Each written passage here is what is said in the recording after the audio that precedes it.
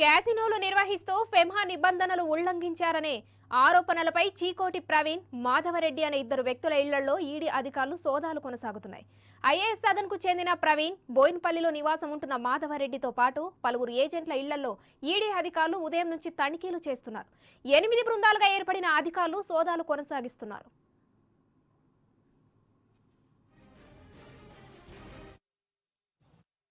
విమానంలో పేకాట రాయుళ్లను తీసుకెళ్లి క్యాసినో నిర్వహిస్తున్నారు. సినీ తారలతో సెల్ఫీలతో ఆకర్షిస్తున్నారు. నటీమణులతో మేం కూడా క్యాసినోకి వస్తున్నామంటూ ప్రచారం చేశారు. దీంతో ప్రవీణ్ క్యాసినోకి పేకాట రాయుళ్లకు క్యూ కట్టారు. టూరిజం ప్యాకేజ్ పేరుతో విదేశాలకు తీసుకెళ్తున్నాడు చీకోటి ప్రవీణ్. 5 రోజుల పాటు నిర్వహించే క్యాసినోలో సినీ తారలతో గానా బజానా నిర్వహించాడు.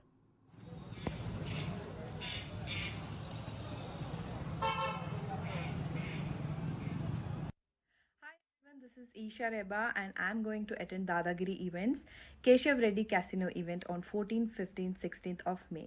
See you guys there. Hi everyone, this is Dimple Harati. So 14th, 15th, 16th న జరిగే కేశవ్ రెడ్డి దాదాగిరి ఈవెంట్స్ కి నేను వస్తున్నాను. మీరు కూడా తప్పకుండా రండి.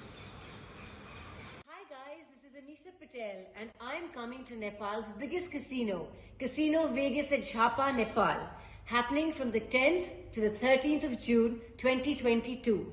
Presented by PC Praveen Chikoti, Hyderabad and Madhav Reddy. But I'll be there on the 12th of June. So let's party together and see you all there.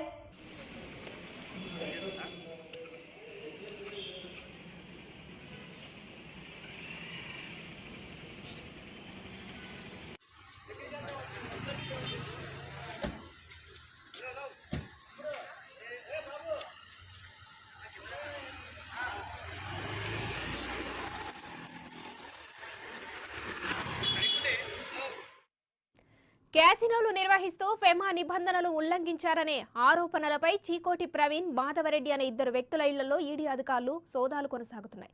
ఇక ఈ సోదాలకు సంబంధించిన మరింత సమాచారాన్ని మా ప్రతినిధి అజయ్ ఫోన్ లైన్ ద్వారా అందిస్తారు. అజయ్, ఉమశ్రీ, హైదరాబాద్ నగరంలో దాదాపు 9 గంటలుగా కూడా ఈడీ అధికారుల సోదాలు కొనసాగుతున్నాయి. ముఖ్యంగా చీకోటి ప్రవీణ్, మాధవరెడ్డితో పాటు మరో 6 ప్లేసెస్ లో ఈడీ సోదాలు కొనసాగుతున్నాయి. ముఖ్యంగా చీకోటి ప్రవీణ్, మాధవరెడ్డి ఇద్దరు కూడా క్యాసినో గోవా కావచ్చు, లేకపోతే నేపాల్ ఇతర ప్రాంతాల్లో నిర్వహించడము, అక్కడ నిర్వహిస్తున్న క్రమంలో తెలుగు రాష్ట్రాల నుండి హైదరాబాద్ శంషాబాద్ ఎయిర్పోర్ట్ నుండి స్పెషల్ ఫ్లైట్ బుక్ చేసి వాళ్ళందరినీ పేకట్రాయలందరినీ కూడా అక్కడ తీసుకువెళ్లడము, అక్కడ పూర్తి స్థాయిలో కూడా క్యాసినో నిర్వహిస్తున్నారు అనే సమాచారంతో పాటు ఆ క్యాసినో నిర్వహించడము, దానికి సంబంధించి ఏదైతే ఫినాన్షియల్ ట్రాన్సాక్షన్ జరుగుతాయో వాటి ద్వారా మనీ లాండరింగ్ కి పాల్పడుతున్నారు అనే పక్కా సమాచారంతో ఈడీ అధికారులు దాడులు నిర్వహిస్తున్నారు. దాదాపు 9 గంటలుగా కూడా పూర్తి స్థాయి తనిఖీలు వీళ్ళ ఇళ్లతో పాటు ఫామ్ హౌస్ల పైన చేస్తున్న సిచ్యువేషన్ నెలకొంది. ముఖ్యంగా దీనికి సంబంధించి చాలా వరకు బడాబాబుల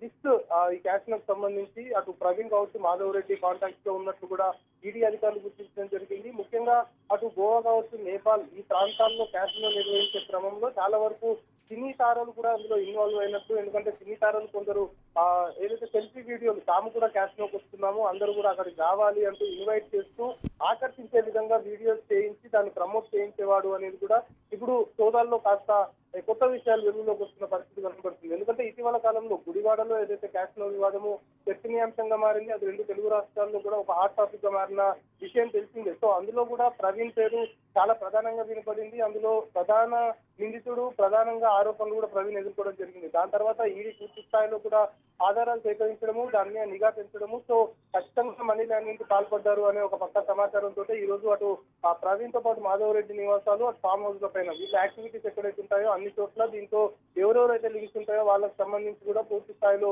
సోదాలు నిర్వహిస్తున్న పరిస్థితి. అయితే మొత్తంగా ఈ క్యాసినో వివాదానికి సంబంధించి మాత్రము ఈ సోదాల తర్వాత ఒక క్లారిటీ వచ్చే అవకాశం ఉంది. ఇటు ప్రవీణ్, మాధవరెడ్డి అంటే వీళ్ళు చాలా ఫ్రీక్వెంట్ గా క్యాసినో నిర్వహించడము, ఇతర ప్రాంతాలకి హైదరాబాద్ నుండి తీసుకెళ్లడము, పెద్ద మొత్తంలో కూడా డబ్బులు చేతులు మారడం. అంటే ఇప్పుడు ప్రవీణ్ నిర్వహించే క్యాసినోలో ఒక టేబుల్ రౌండే 25 లక్షల నుండి స్టార్ట్ అవుతుంది. అంటే ఏ రేంజ్ లో డబ్బులు చేతులు మారుతున్నాయి అనేది చాలా క్లియర్ గా అర్థమవుతుంది. సో ఓవరాల్ గా ఈ వ్యవహారం మొత్తానికి సంబంధించి మనీ లాండరింగ్ కి పాల్పడుతున్నారనే పక్కా ఇన్ఫర్మేషన్, పక్కా ఎవిడెన్స్ తోటే ఈడీ సోదాలు అయితే కొనసాగుతున్నాయి. సో సాయంత్రం వరకు మరో 2-3 గంటల పాటు కూడా కొనసాగే అవకాశం ఉంది. సో సోదాలు మొత్తం పూర్తయిన తర్వాత ఈ ఎంటైర్ ఇష్యూకి ఒక క్లారిటీ వచ్చే అవకాశం అయితే కనబడుతున్నాయి.